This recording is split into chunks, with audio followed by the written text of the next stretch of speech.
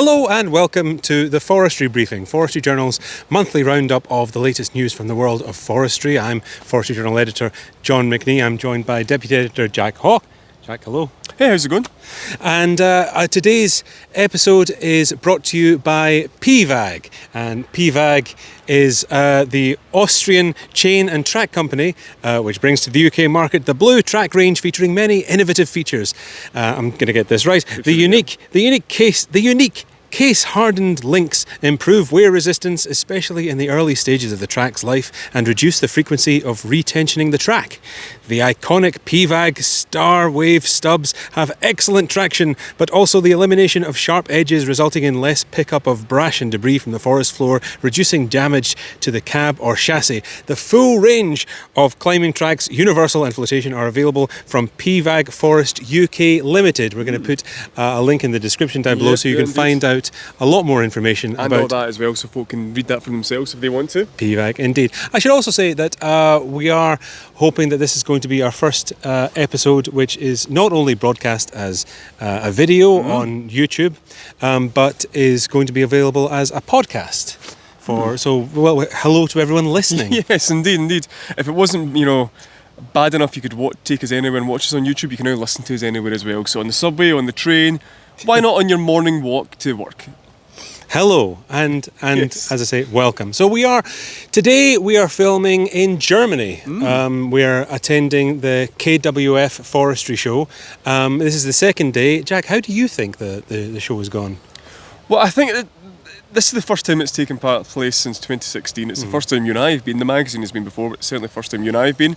I think it's been great. It's I think the sheer scale and size of it, we go to a lot of shows, some of them you can walk around in 10 minutes, some of them you can walk around in half an hour, but this one, we walked the full day yesterday and I don't even think we saw half of it. It's just massive, and you have a huge range of brands, many which aren't relevant to the UK or many technologies which aren't in the UK yet, but a whole range of brands from your Ponces and your Rotnas and your log sets are all here.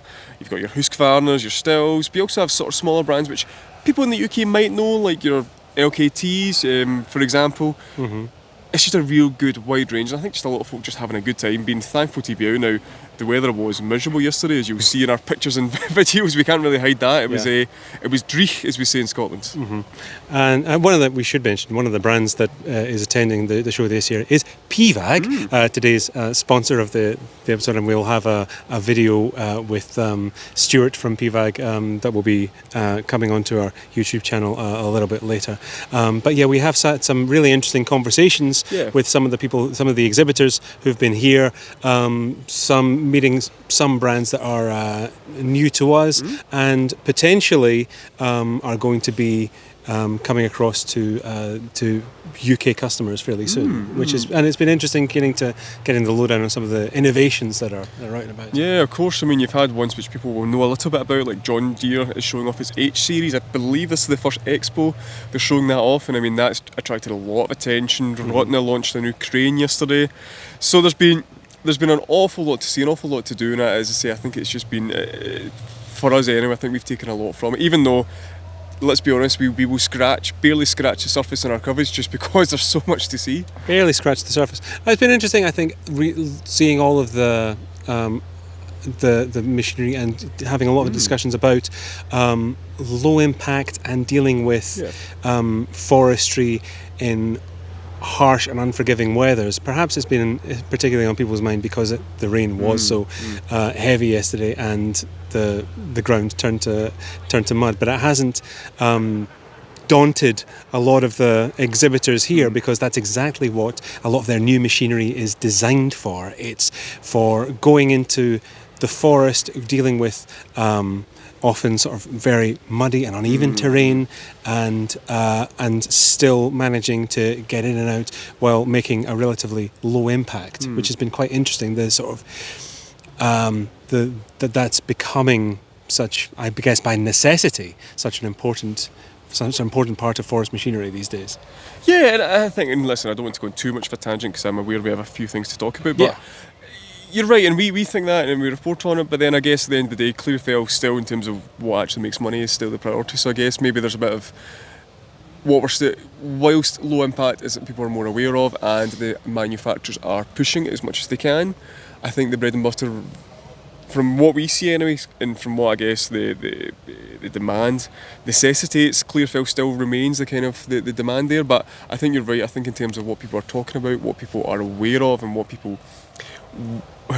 the direction, not everyone of course, but the direction many people want to see forestry go in is that low. Even for example, LKT we were speaking to, who is a brand not everyone will know in the UK, but you know, they're showing off their skidders, which is what they do, and even they were talking about low impact forestry and the importance of that. So I think you can see that no matter the machinery, and maybe for some it is just a buzzword, but I think certainly that is something that's key at the moment.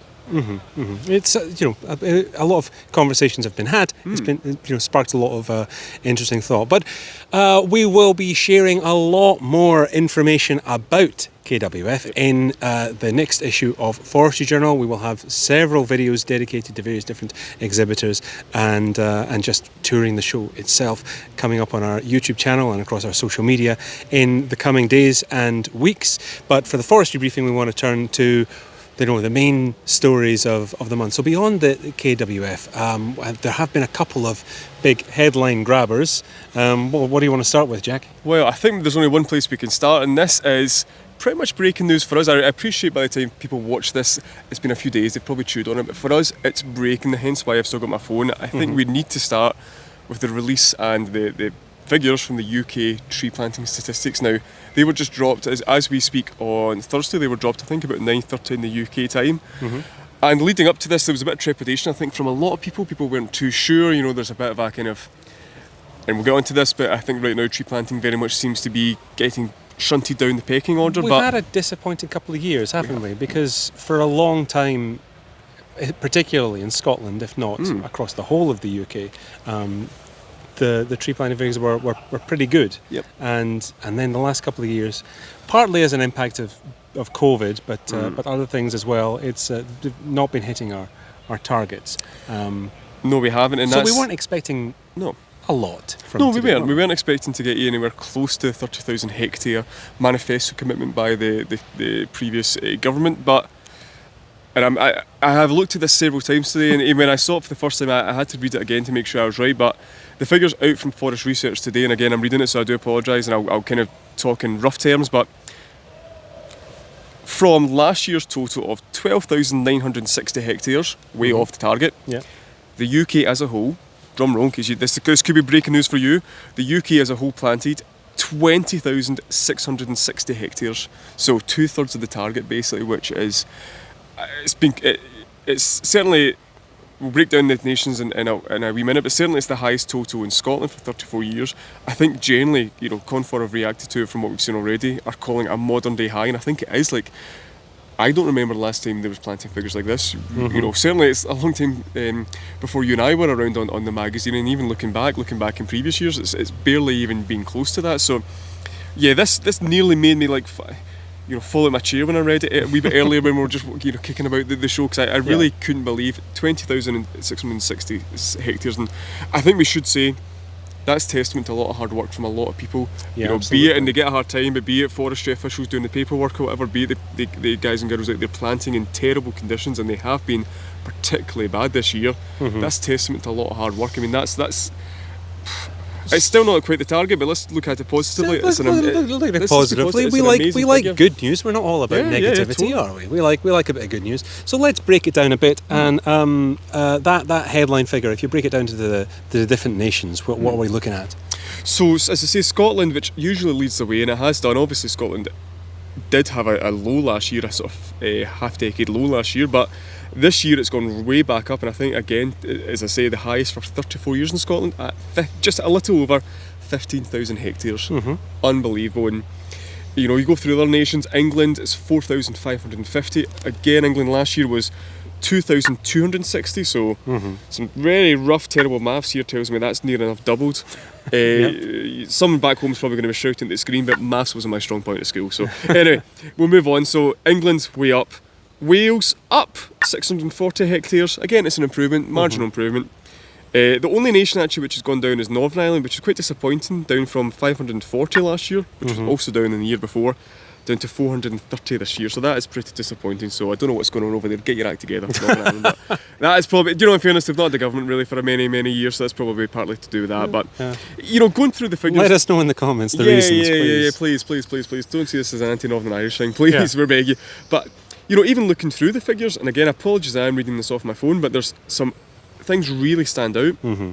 Once again, Scotland's the only one of the 4 UK nations to plant more conifers than broadleaves. Yeah. Probably not surprising, given that's where a lot of that side of productive forestry happens, and still does. But that's important. So there was a little over 2,000 more hectares of conifers than broadleaves in Scotland. Everyone else, broadleaf.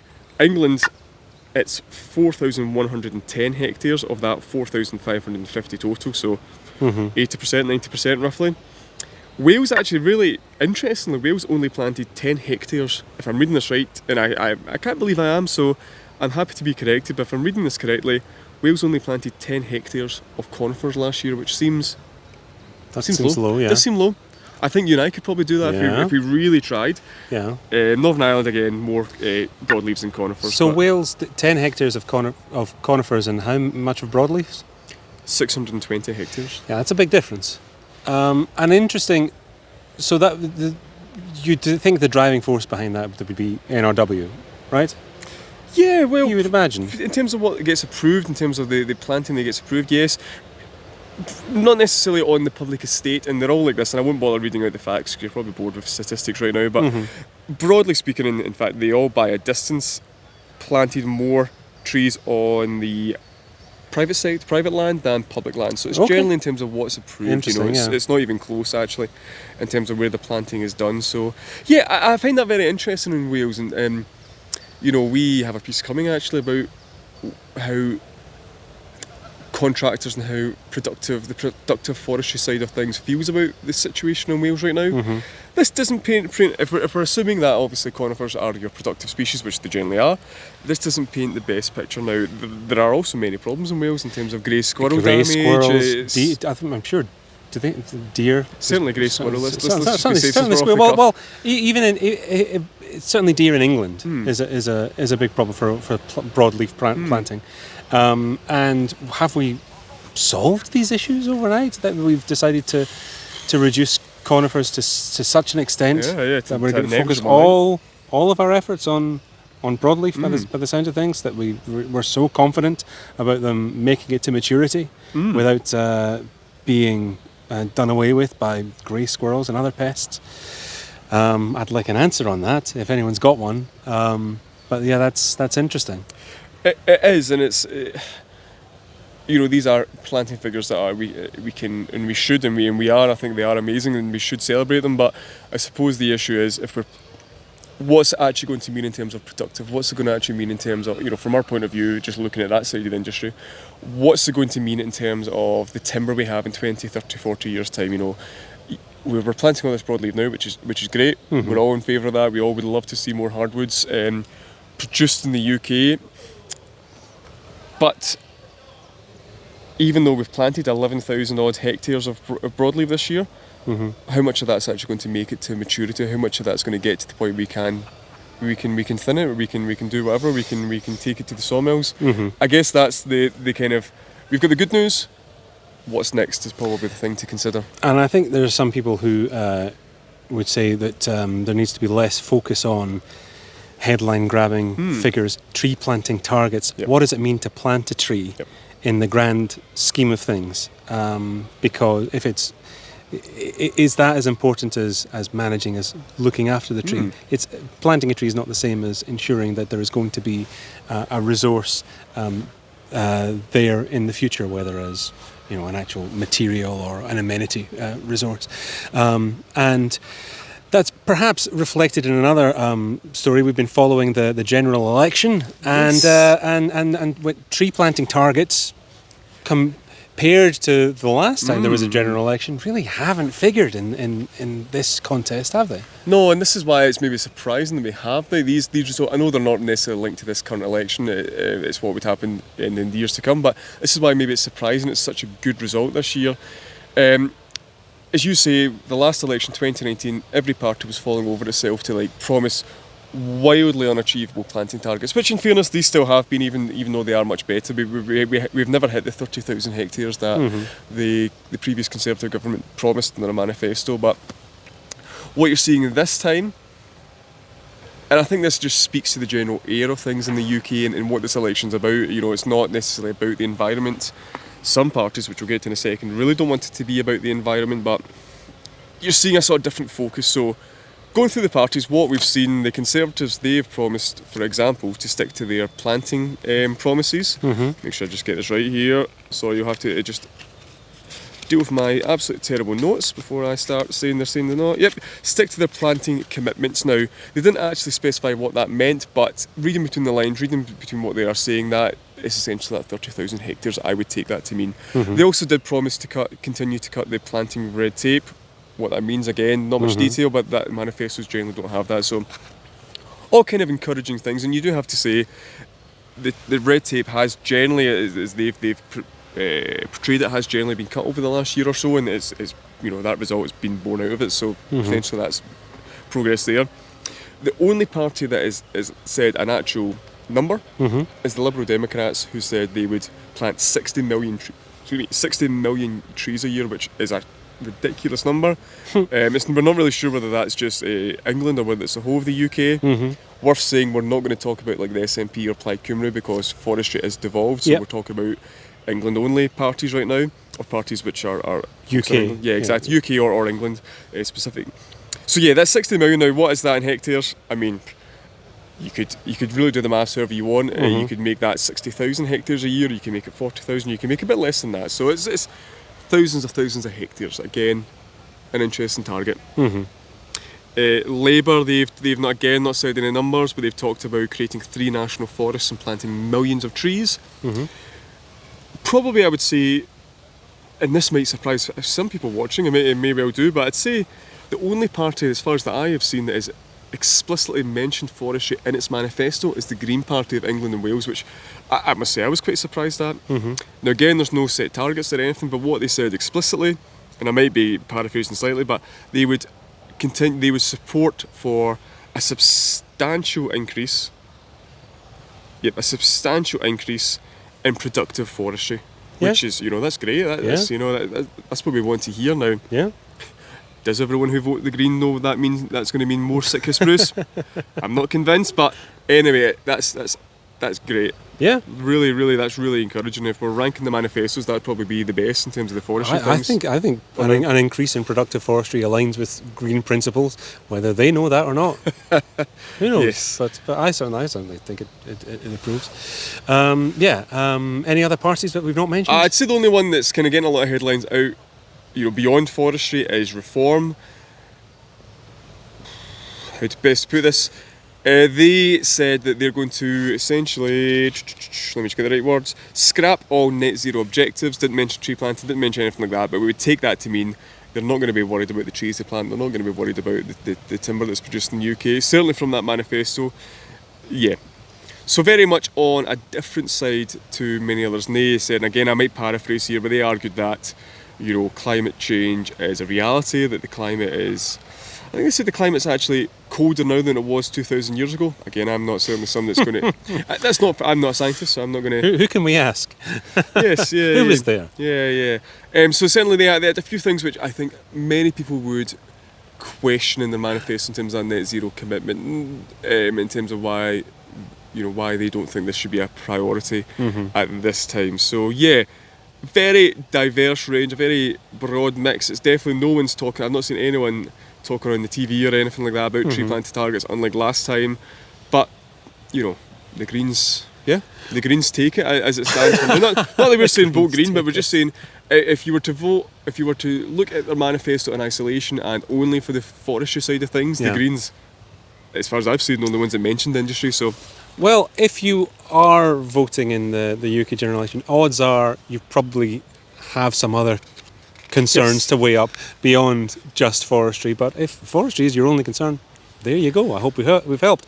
And one other thing we want to talk about, another issue which sort of links back to some of this stuff, particularly when it comes to productive forestry, to the issue of broadleaves versus conifers and what we're planting for the future.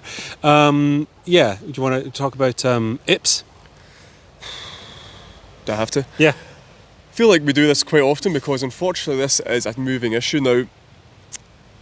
Probably by now most people will know, but Ips topographus was recently confirmed in East Anglia for the first time now. Ips topographus being the 8-toothed European spruce bark beetle. Exactly, for those that don't speak Latin, I know I certainly don't. But so Ips was confirmed in East Anglia for the first time now. Previously it was confined to areas like Kent or southwest of London. Mm-hmm. There've been they're calling it a one-off case. I think it's 2 one-off cases in Scotland, which so far haven't really come to anything, but certainly it's been generally confined to the southwest of England.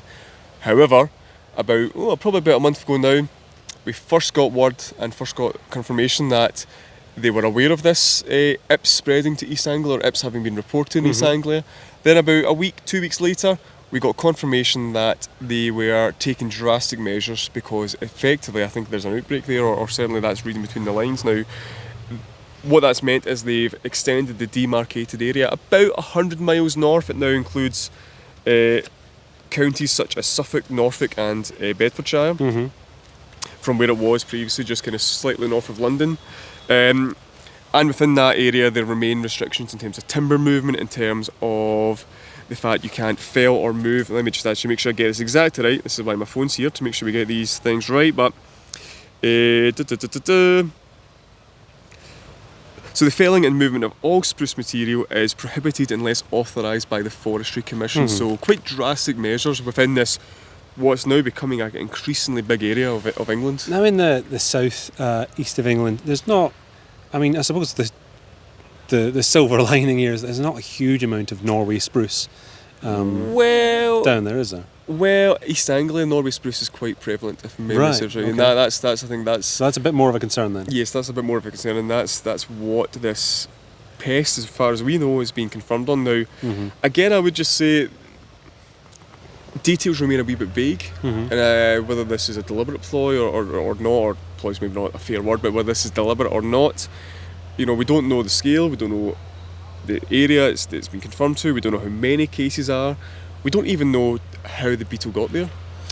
Well, there are theories, aren't there? There's the one that the plant health authorities seem to be sticking to their guns on is the blowover theory, isn't it? Well, that the idea that the beetle was blown across the channel, as it were, essentially by from plant material in continental Europe. Yeah, that's the theory, and that's the theory in terms of how it arrived in the UK to start. Now, that's disputed by some people within the industry, mainly because the distance the beetle would have had to have flown, I think, is beyond what they're generally having been recorded as having flown, which makes it... Which is something around 50 kilometres, right? That's the general accepted idea that the beetle can travel about 50 kilometres on its own steam, and then it'd be travelling, hundreds of kilometres, certainly, according to this blowover theory. The other theory would be that it was travelling in from imported spruce timber, right? Yeah, potentially. But, this has not been... No, nothing. So we don't...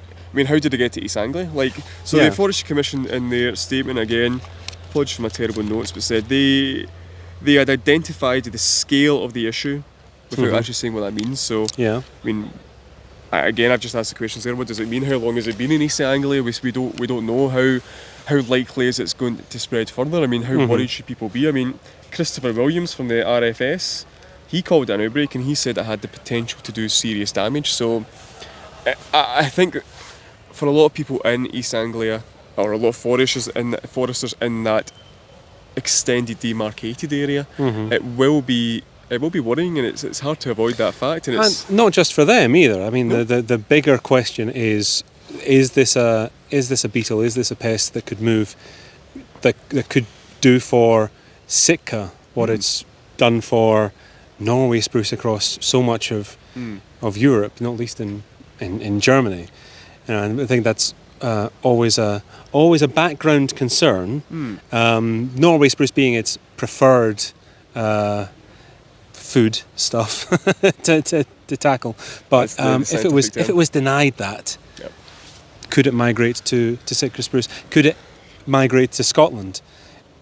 How long could that potentially take? I mean, these are worrying scenarios, but the further and further north it climbs, the more we have to start thinking about the potential outcomes. Yeah, and listen, the forestry officials will still officially say that they believe eradication is likely and possible. If memory serves right, checking recently the Forestry Commission, that was still the official line. But the more this happens, the further it spreads north. I mean, how can you really believe that?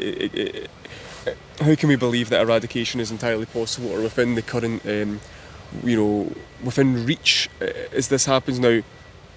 Maybe they're right. Maybe the measures they're taking and fair play, they have taken them very quickly. Maybe that will stop it, and this is as far as north as it will go. But it's not hard to imagine another case of it being just a wee bit further north, 50 miles further north, and then so on and so on and so on. So I think we've seen the catastrophic damage it's wreaked across much of Europe, and I don't think too many lessons have been learned about eradication from the action taken there. But I guess we'll see. And in the upcoming July issue of Forestry Journal, you can read a lot more on the subject from Dr. Terry Mabbutt, who's been digging back into everything that the UK Forest Plant Health Authorities have been saying about IPS over the last few years, and has been analysing some of it, and has come up with a few hypotheses of his own, which are definitely worth reading about, as well as that, we'll have all of the